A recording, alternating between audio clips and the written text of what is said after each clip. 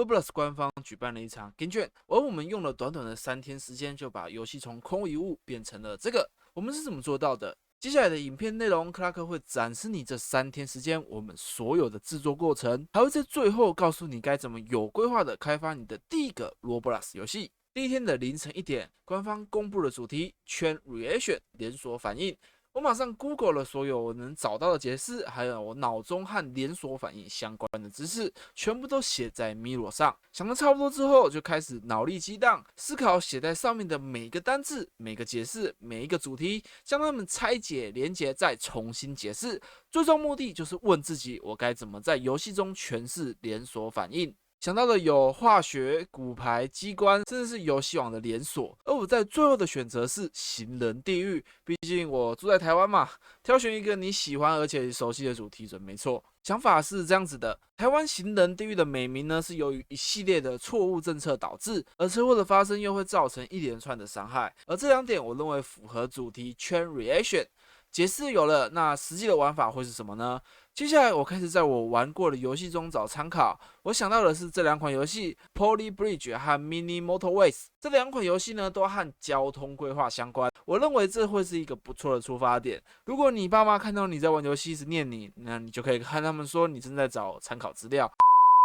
Game Jam 的难题在这里，这是一场只有3天的活动，我必须保证这个游戏我和团队成员完全有办法处理。最后我决定先以 Poly Bridge 为准，先做一个原型 prototype 测试玩法。原型的目的在于花最少的时间来验证玩法可不可行，有没有稳定的基础能够继续往下开发。那么 Poly Bridge 是一个造桥的游戏，游戏目标是在有限的资源下造桥，在按下 Play 之后，让目标成功到达终点。所以我的游戏机制应该是这样子的，在写了几个小时的程式之后，就得到了一个游戏原型啦。到这里，我的队友 Prob 从学校回来了，我们要开始讨论游戏内容，确定开发方向，分配工作和彼此能工作的时间点，确保在 Game Jam 期间我们都在往同一个目标前进。因为 Prob 是住在美国的学生，主要的技能呢点在动画上面，没有太多设计游戏的经验。在活动前，我们得出的结论是，我负责把原型做出来，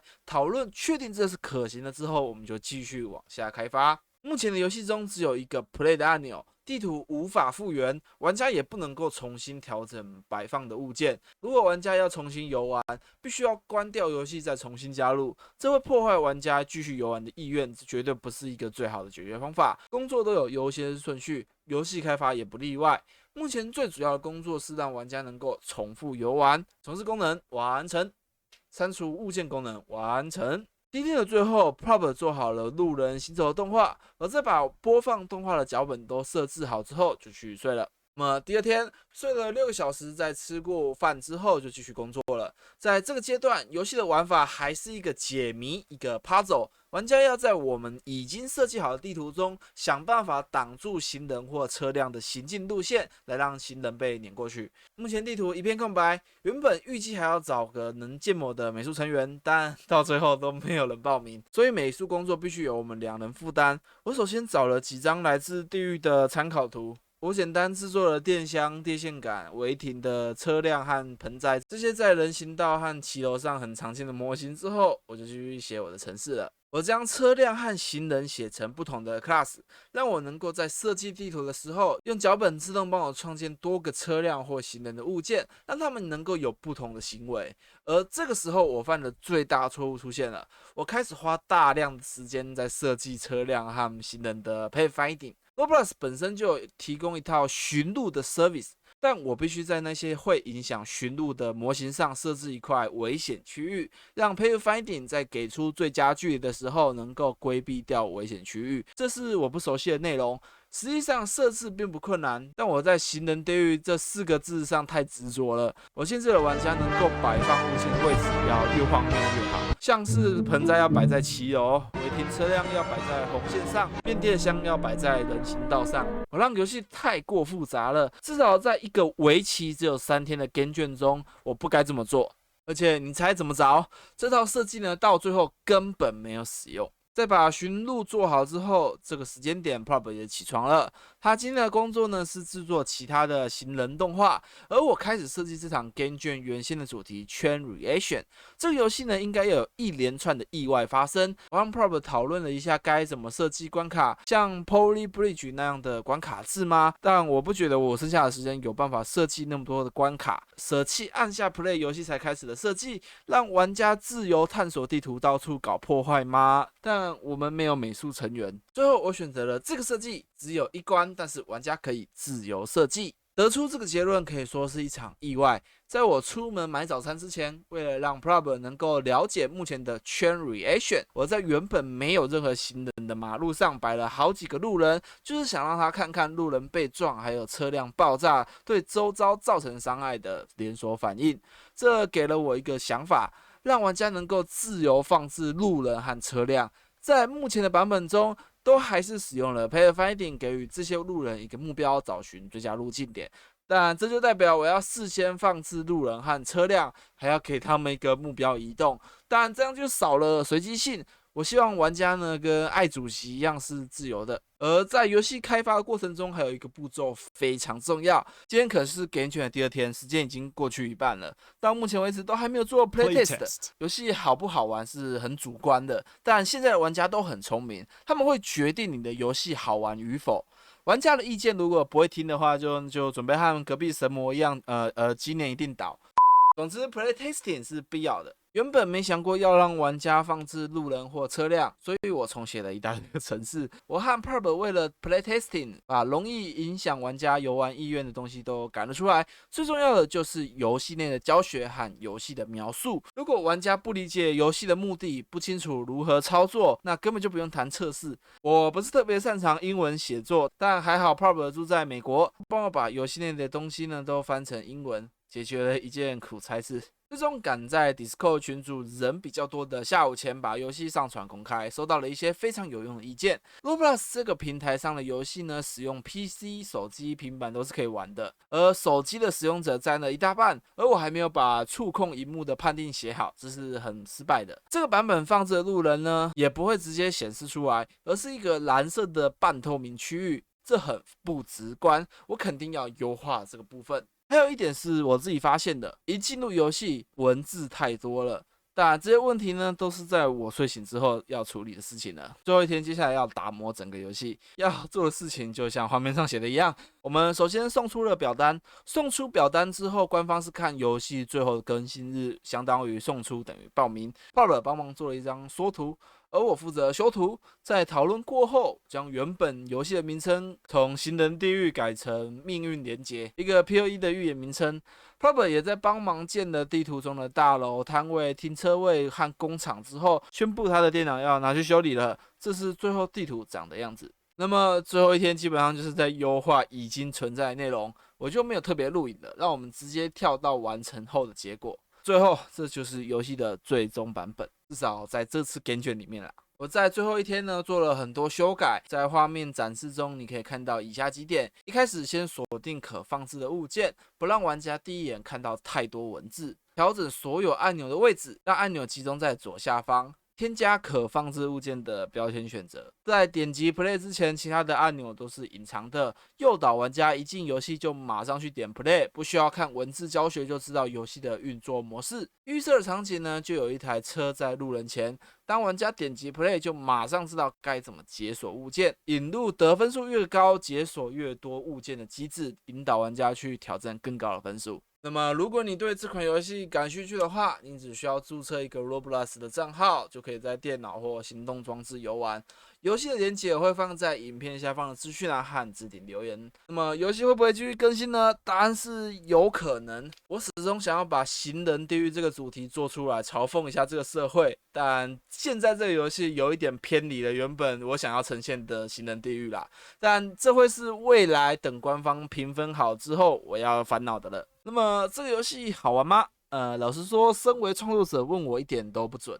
我会说我觉得没有那么有趣，但我的好朋友们还蛮会自己找乐子的啦。在我和你展示这3天的开发中，游戏从无到有的变化之后，你应该有发现这其实算是半个教学影片。我经历了以下4件：得到游戏点子、脑力激荡、制作原型、让游戏有一套可重复的核心循环，犯错，然后发现新的可能性，迭代你的游戏测试，还有打磨。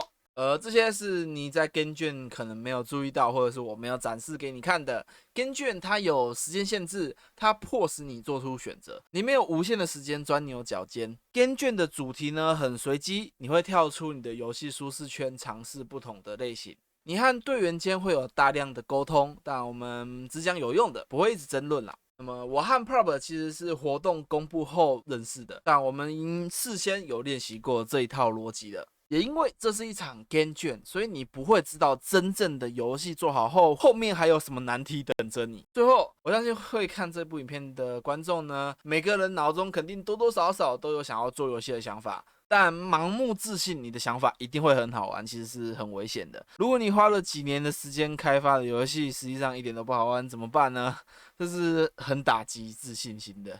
所以，当你产生的游戏点子的时候，一定要好好跑过影片中出现的流程，试着把游戏点子拆解。不管你要用 Google Doc 或 Miro， 甚至是拿出纸笔写在上面都好。之后就要制作原型，来确认游戏机制到底好不好玩，有没有深度，能够继续往下开发。在这里呢，推荐 GNTK 这个频道的影片。尤其是这一部，你如果真的想开发游戏呢，你一定要看过，我个人非常推荐。它有中文的西字幕，所以你不会英文不能当成不学习的理由。开发游戏是一门专业，你如果想要 solo 开发，那你要会的东西可是一大堆，这是一个很漫长的学习过程。但如果你只是当兴趣，那当然无所谓，你只要开发过程中觉得好玩就好了啦。当然，我没有进过游戏公司实习或工作，在影片中的一切全都是靠研究网络上的文章啊和影片，加上自我实践得出的。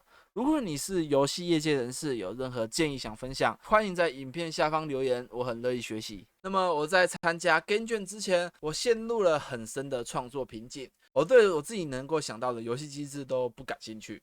这个时候，这场 game 卷就出现了。这场活动呢，我去年也参加过，作品可以说是非常糟糕。我平常就很喜欢看 devlog 或 game 卷的影片，我很清楚 game 卷应该要得到什么，所以我在参加这场 game 卷之前，给自己设下了几个目标：第一，认识不同的开发者；第二，证明自己能够完成一个作品；第三，尝试不同的游戏类型；第四，让自己的开发能力更好。我认为在这次 game 卷中，想达到的目标都完成了。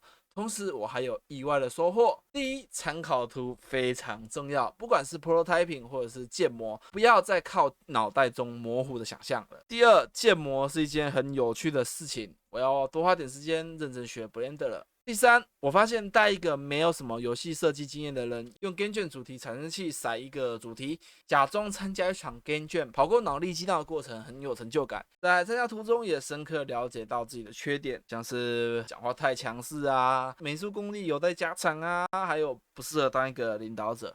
这是我队友 Prob 给出的心得，有兴趣的可以暂停影片稍微看一下，他话比较少啦。最后的最后，非常感谢你看到这里。我做这部影片的目的有几点：第一，为了把刚参加完跟卷的心得都记录下来，如果未来我又陷入了创作低潮，希望这部影片呢能够让我找回创作动力。第二，间接教学我的观众们一套游戏设计的基础。第三，希望能认识更多的开发者。大家如果是不同领域的开发者，也欢迎来我们的 Discord 一起讨论交流。这部影片呢，同时也有纯文章的版本，放在我的巴哈小屋里面，内容有一些不一样，欢迎大家追踪。我会在那里发一些心得文或者是日记之类的，我会把所有连结都放在影片下方资源栏中。有任何建议也欢迎各位留言给我。如果要问我会不会继续参加 game 卷，答案是肯定的。